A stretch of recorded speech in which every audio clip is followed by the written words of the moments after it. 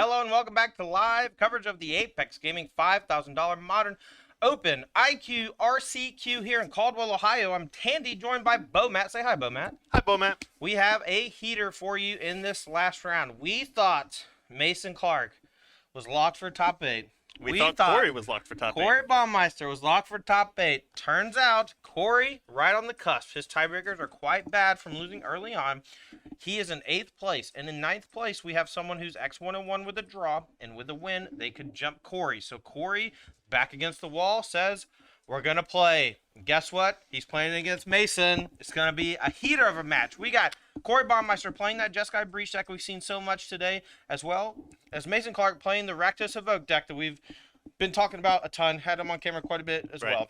And that's what it comes down to, you know? Yeah. Lives are on the line. Yeah, well, 20 lives are on the line. Yeah, per game. Okay. All right. Well, as these players shuffle up and get ready for game number 1, I just want to take a moment and tell you what these players are playing for. First and foremost, the winner of today's event gets this awesome playmat. Matt, when you hold it up and show the crowd, this is an expressive iteration playmat, and every winner of the Apex Gaming IQ Invitational Qualifiers do receive one of these. So make sure to check out apexgaming.gg, and you can find one of those tournaments near you and see if you can go win yourself one of these cool expressive iteration playmats. But let's go and head on down to the feature match area and let these players start when they are ready, so they're not waiting on us. On your left, we got the Corey Baumeister. On your right, we got Mason Esports Clark. And it's going to be, what do we call it? A knockdown, drag-out fight. That's what we used to call it. It's going to be that. It's going to be a lot of things. Yeah. A knuckle bruiser. I don't know if I'd call it a grudge match. They're friendly with each other. No, they're friends. There's no grudge. It's just a match. But it's a match. Just a match. A little bit of money. You know, some stakes. A little bit of stakes. Yeah. Some players that care. These are the matches that are the most fun because it's like you're jovial at the table because you know the person, you're friendly, you're friends with the other person. But deep down, you're just like, Multify, please, Multify, I hate you. I wish you were dead. I don't know if I ever done that. Is that just my inner monologue? Yeah. Is that just me? Okay, my inner monologue is always rooting for my opponent to mulligan to 5. That's what I know. Oh, sure. Yeah. Okay, absolutely. Right. I may have went overboard. What I'm saying. That's all I'm saying. Okay, so looks like Corey won the die roll, so Corey's going to be on the play. Let's see if these players want to keep their opening 7. The Jeskai Breach versus Rakdos Evoke matchup. Why don't you tell me a little bit about it before they get started? Who do you think is going to win? I'm just going to put my money on Mason for once. Okay. You know, Corey, yeah, I mean, Corey can weather whatever anyone throws at him, but I think Mason is going to come out the gates fast with the turn 1 Evoke and put Corey on the back foot and try to close that game 1. We were just talking right before this round started, and Mason said that he's been really aggressively mulliganing, looking for that turn 1 grief with the Undying Evil or something similar. Right. And, you know, if his hand's not that good, he does know the matchup. Everybody knows that Corey's on Jeskai Breach. He streams it every other day, and he writes about it on his Patreon. And then he beats me. And he beats everybody. Yeah. He beats everybody. All right, so Corey's going to be going down to 6, and it looks like Mason's going to join him, both taking a trip to London. You know, we used to say taking a trip to Paris. Because it used to be called the Paris Mulligan. These mulligans actually just named after the Pro Tour city where the mulligan rule was first used. And the London Mulligan, PT London, I believe, somewhere around 2019. Yeah, that would be, I would think it was Pro Tour Hogak, or it might have actually been before that. Oh, you're talking about Pro Tour Gak? Pro Tour Gak, sure. We can go with that. You know, I don't know if that has really entered the vernacular, but works for me. Mason is a big ex-GAC person. Like, he'll just say hello, GAC, to you. Just out of the blue. No context. Just Rakdos Evogak? I mean, maybe. Look, that's better than the other word that we're not allowed to use. Yeah. You know, that does sound like Mason putting a turn 1 grief on the table and just calling it Hogak. Maybe Fury. That attacks for 8. Corey is taking a mulligan to 5. Looked like his hand was pretty weak. Had the Thassa's Oracle as well as 3 Emeries or something like that. And he's going to look for a better 5. Meanwhile, Mason keeps his 6, and he's going to be looking to start off with one of those Evoke Elementals with some sort of way to put it back onto the table. Undying Evil, Undying Malice, Feign Death, etc., etc. Yeah, all right. Here's a try at 5 for Corey. Really a little bit desperate at this point. 4 is borderline non-functional, especially against Rakdos. So I do see lands. I do see spells. Yeah. Underworld Breach, is the card that can reset all of these mulligans. We see a grinding station. That's not normally very strong, but Corey might be in desperation mode looking to go early grinding station. Maybe try to kill on turn 3 with grinding station breach and a 0 mana artifact. Right. Pretty ambitious against a discard deck. He's tanking on it. You know?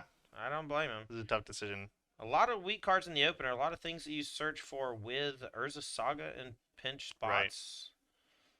Ether Spellbomb, not great, but it is a nice little answer to a turn 1 Fury. You know? Yeah. Corey already feeling the pressure. Okay, really in the tank. These players are well versed in the modern format and well versed with their decks. And now Corey puts 2 on bottom. You saw Corey had the grinding station out of the hand and then pulled it back. Decided that is going to be part of his plan for this game. Okay, here's Ether Spellbomb. Back to Mason. Mason draws for turn up to 7. Gonna go for turn 1 Ragavan. Not the griefy stuff that we are used to, but that's okay. Now, we have Breach. We have Bobble. We have Grinding Station. All we need now is a blue legend, and we'll be able to kill on like turn 3 or 4. Reading Pool. So, Corey without red mana, actually. Not going to be able to cast that Underworld Breach without some good draws off the top. Okay, well, just Grinding Station here for Corey, and we're going to go back Mason's way. Maybe the downside of playing a 4-color mana base, right? You need That's that true. red. That Breeding Pool added to the deck at the expense of some other land to support the Haywire Mites. Ooh, Grinding Station, the fine. Pretty useless. Yeah. But, going to get a treasure token here.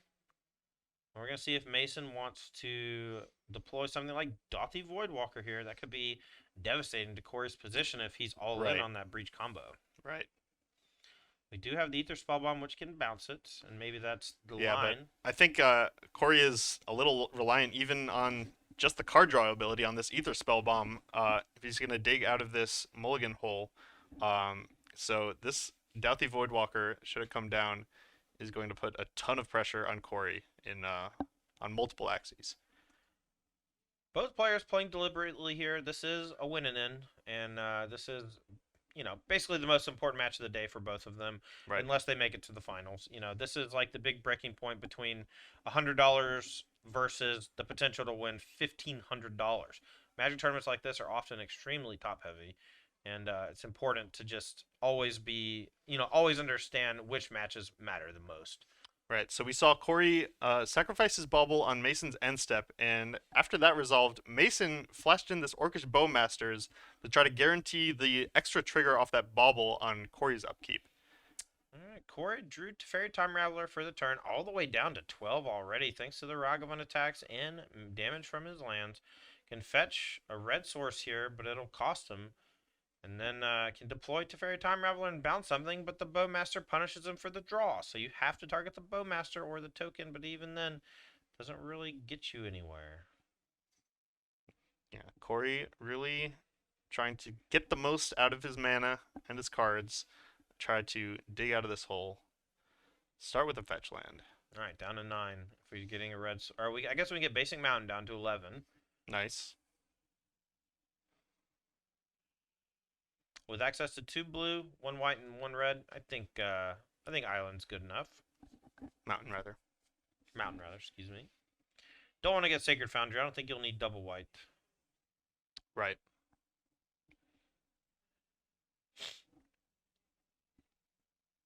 All right, Mountain is the fine. Let's see if Corey wants to play this Time Raveler. Could go for, use Ether Spellbomb to bounce something. The problem is that the Teferi bounce on anything in play just doesn't do much, right? Right. Grows the Orc token or replaces itself. Bouncing Bowmaster means the Bowmaster can just come down next turn and grow the Orc and kill the Teferi, so... Right. I think bouncing Bowmaster is probably the best line, though. Yeah. Kind of a rock in the hard place, though, because, like you said, it's going to grow that Orc army and therefore take literally no pressure off the battlefield and just replace itself. Yeah, it does make Mason re-spin the mana to cast the Bowmaster again. Right. But at this point, all Corey wants to do is force Mason to tap out in a bunch of spots, and hopefully Corey can find a way to kill. It's going to be hard to do in the face of that Dothi Voidwalker in Mason's hand next turn, though. Right. Corey really feeling the pressure, shaking his head here, decides to bounce the Ragavan, and Teferi will immediately be taken down by that Orcish Bowmaster trigger. They don't miss. That's true. It's one thing you can say about those orcs. Corey here, milling Mason's deck. This feels like a concession almost. Well, Corey knew about that Blood Moon, it looks like, from the Mishra's Bauble on Mason's end step. Knew that it was game over if it landed, is what he knew. And unfortunately, it's also kind of game over when you have to sacrifice a card you have in play just to counter that. All right, well, Mason here looking to deploy this Dothi Voidwalker and the Ragavan. Mason can really have it all here, yeah. The pressure from the Ragavan, get that Underworld Breach out of here, and then deploy a Voidwalker to really stymie Corey's hopes of comboing this turn, which is basically what he has to be hoping for. Yeah, I mean, it's combo or bust. All right, here's Dothi Voidwalker. We also have access to black mana for a Feign Death type effect in hand, so Corey can't even unlock it with Unholy Heat, and he's already sacked his Ether Spellbomb, so if you ask me, I don't think he's got a way out here. We'll see if he can cobble something together. If anyone can, it's Corey. Look, I thought he was down and out last round in game number 2, and I was like, wait a second, his graveyard's full. If he just draws one of those Underworld Breaches and his opponent with 5 cards in hand has nothing. Yeah. But that's exactly what happened. Drew Breach, won the game. But Dothi Voidwalker shuts down that plan, so it's going to be a bit more difficult. But it's not impossible. Right. Corey's thumb in his hand. I think it's just a couple lands in an Underworld Breach. He can go Underworld Breach, recast Ether Spellbomb, and then hold that up to bounce something, but I still think he's getting killed via pressure, and he packs it in. Game Mason number 1. takes game 1. All right. The Mason Esports Clark takes the first game. While these players are shuffling up and taking a look at their sideboards, I'm going to have our good friend Matt here take a look over their sideboards as well and give us his expert analysis on what he thinks these players are going to be doing. Matt, take it away. All right, starting with Corey Baumeister's Jeskai Breach sideboard, we have 2 Fury, 2 Prismatic Ending, 2 Hallowed Moonlight, 2 Wear and Tear, 3 Spell Pierce, 1 Engineered Explosives, 1 Shadow Spear, 1 Tormod's Crypt, and 1 Teferi Time Raveler.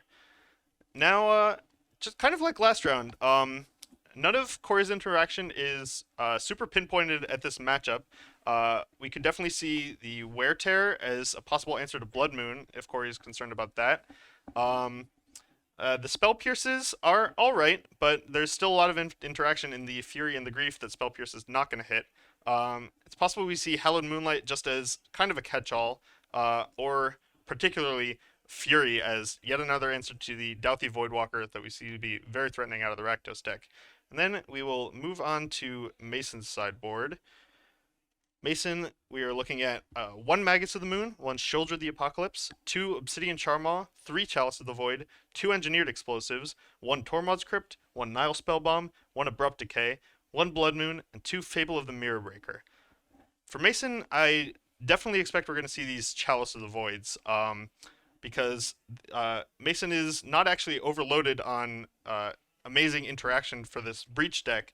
Definitely also the Nile Spellbomb and the Tormod's Crypt.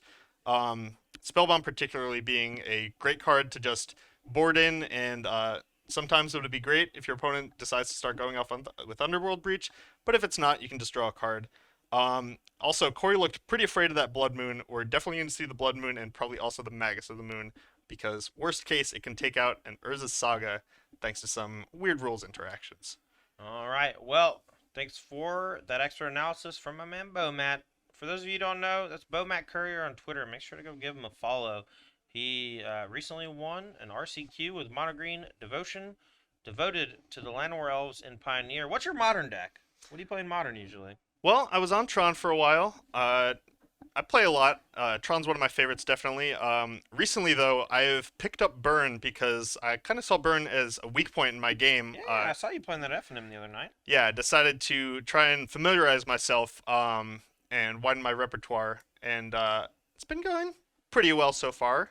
You know, I'm very good at drawing multiple Goblin Guides. Yeah, I have All right, Experience with a lot of different modern decks. that's I'm fair. definitely a Tron lover at heart, though. It seems like you just really love Magic. I can't really say You that know, about a whole lot of that's people. true. I feel like you, Braden, really love the game. Yeah, it's me, Braden, and then all the way at the top, Andrea Mengucci. I think the man who loves the Magic more than anyone else on the planet. All right. Well, Mason had a short breather he needed to take care of some business, and now looks like we are about done sideboarding, and we're shuffling up here for game number 2. We saw Mason take down game number 1 in a lightning fast win against Corey's breach deck. A mulligan to 5 certainly hurt Corey.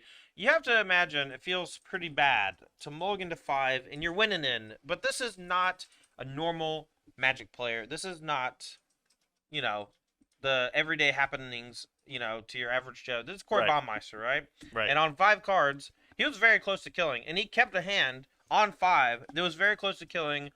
Just needed a little help. Right. I needed Mason to not have any discard, which he didn't. Right. Then I needed him also to not have a Dothie Voidwalker, which he did. Yeah, well, sometimes they have something. Yeah. There's only so much you can do about that. Yeah. But yeah, And- you saw Corey taking the risk, which is something you have to do a lot of the time, Right. and keeping that grinding station in his opening hand, which is a sign that he had a plan for that game. Yeah, and I mean, it may have worked out on World 5, but unfortunately it didn't. And now we're here, and both players here are about ready to start game number 2. See, this is what we call filling in the business. I just kind of say stuff and make stuff up. And Yeah. we just do this because the players are not ready yet, and little bit industry secrets for you at home. Too can learn to fill by just streaming to no one. That's what I do. Yeah, that's a good idea. Yeah. Try that out sometime. Want streaming? You should. Especially when we start getting really into Lorcana. I think that'd be a great Yeah, idea. that's the plan. All right, Mason looks like he's taking a mulligan, or he's still shuffling for 15 minutes. Don't know which one. We'll see in a second. Well, the cards didn't feel random yet. Ah, that's true. Well, earlier, I don't know if you saw, but the Team of Rhinos player flipped over 4 copies of Endurance in a row. That was Yeah. pretty lol. It's Need to shuffle that one a bit more, brother. yeah, random numbers. There's always a chance that happened for real, but I don't know. Yeah, I don't know. Look, some people don't like shuffling very much. I don't blame them. Sure. Mason likes to shuffle. You know who else likes to shuffle? Who's that? Ross Miriam likes to shuffle. Ross Miriam loves to shuffle like Ross Miriam loves that- to shuffle. He is the benchmark. He's the benchmark for most shuffle. or Right. whatever. All right. Well, we're finally underway here. Corey Baumeister on your left on the play with Jeskai Breach. Keep 7. Mason kept 7. Turn 1 Sacred Foundry. Tap. No play. A very slow start for Corey, but that doesn't mean he doesn't have a lot going on. Maybe more reactive after sideboard. Things like Fury. Things like Prismatic Ending. Mason, it looks like, is trying to figure out what to exile to this grief, if I had to guess.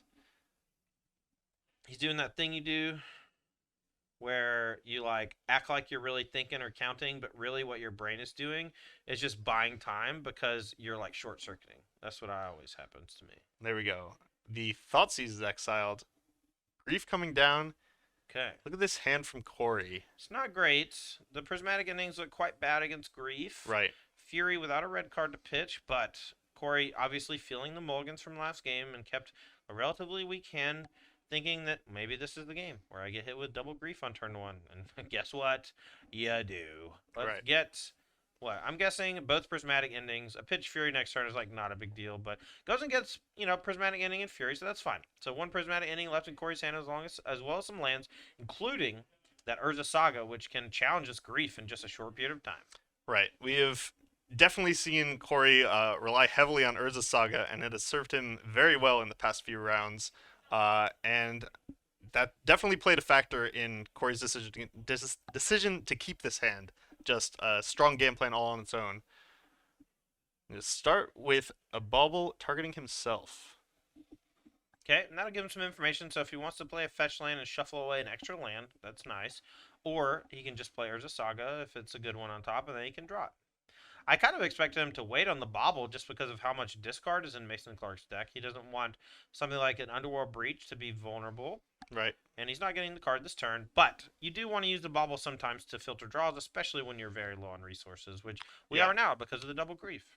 Corey seems to care a lot about what he's going to be drawing, and it looks like he did leave an Underworld Breach on top, if I'm not mistaken. I think that was a Scalding Tarn, but don't quote me could on be. it. All right, attack for 4. Baumeister down to 16.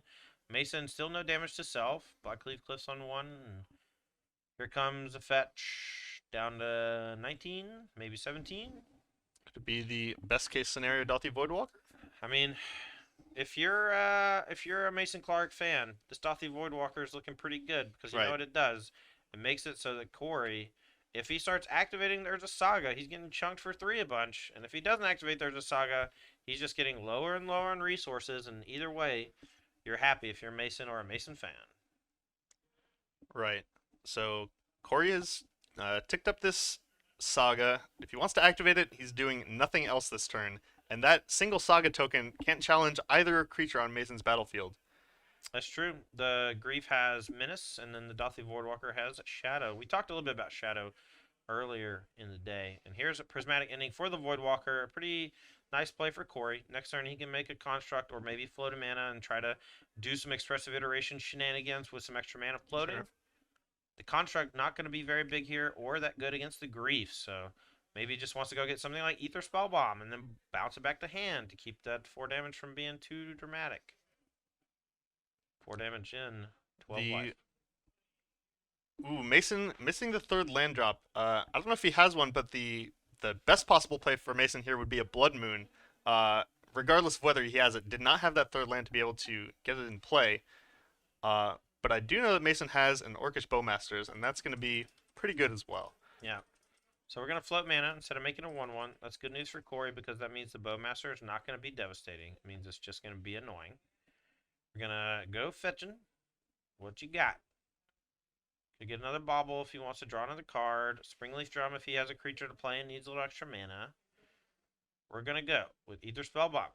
That's a good way to bounce the Grief, but it doesn't kill it. Just gets it off the table for a turn and forces another Evoke, maybe another Evoke plus another Feign Death to get it back into play.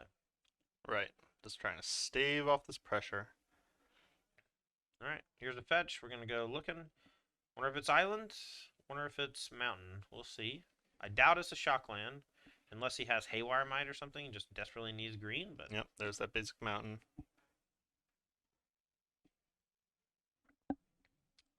Alright. See what we got. That's the One Ring. Ooh. That's a pretty nice one. That's a card that, these Evoke decks have a lot of trouble beating. But we're going to go for Orcish Bowmaster. We're going to deal you 1. We're going to make a token in response. And what that's going to do is put Ballmeister down to 11, but now, with the Ring of Protection all around him, he has protection from everything until next turn. So once Corey draws a card, the 1 damage can't target him. So, well, I guess he's down to 10 from the Bowmaster and the Fetch land, excuse me. There we go. And this is really the exact sort of situation where you're looking to play the One Ring in Corey's deck. You're a little low on resources, your opponent's got a lot of pressure, and you're going to try to dig out of that and then spend the next couple turns both interacting and drawing cards. Now, important to note that the Bowmaster must choose a target, and it's always assumed that if the ring is active, that the Bowmaster is targeting the Orc army. That has been the default for the players so far today. Right.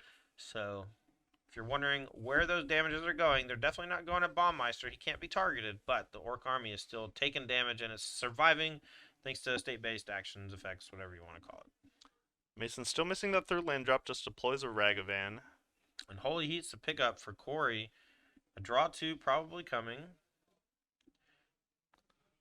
Just clarifying that this Prismatic Ending does not, in fact, have a Void counter on it, I believe. That's true. It should be in the graveyard because it killed a Voidmaster or Voidwalker on like turn 3.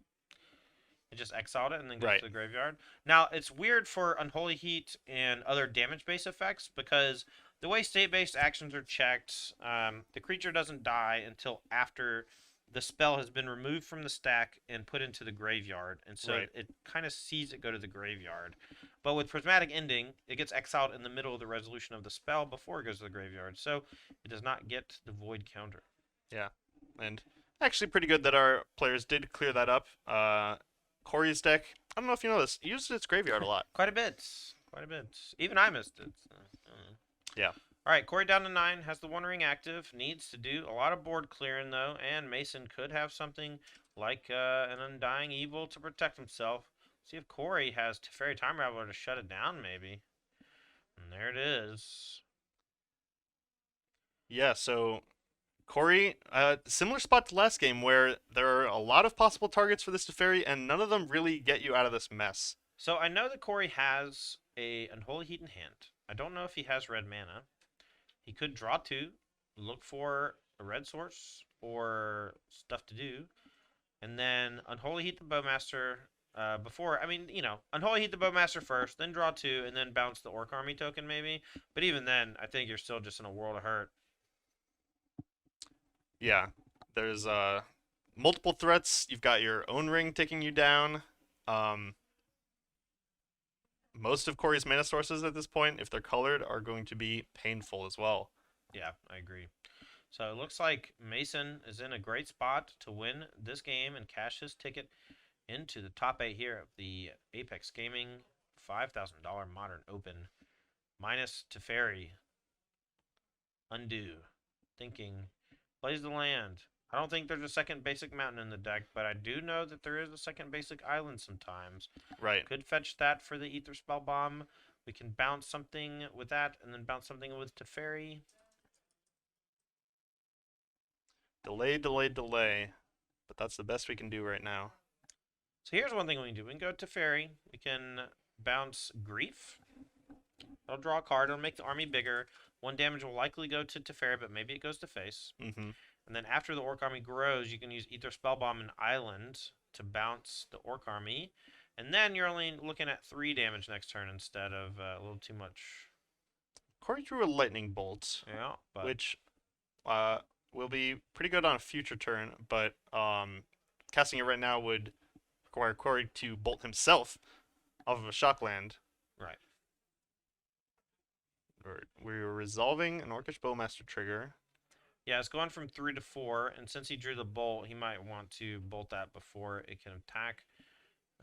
I think that it's, I don't know, really tough. I would probably just let it happen and then just use the Ether Spellbomb. Ether Spellbomb, assuming that Corey has a second island. If he doesn't have a second island, he's going to have to take a lot of damage just to not die. Right. And, it's just like treading water or whatever. You're still losing the life points either way. Yeah, quick check of the deck list. Corey does only have the 1 basic island. That's rough. Something like Mox Amber here would be really great as well, since the blue off Teferi would let him play the Ether Spellbomb activation and a spot removal spell. Right, so now Corey paying a lot of life just to get this mana. Has to heat the token, leaving this Ether Spellbomb in play for later.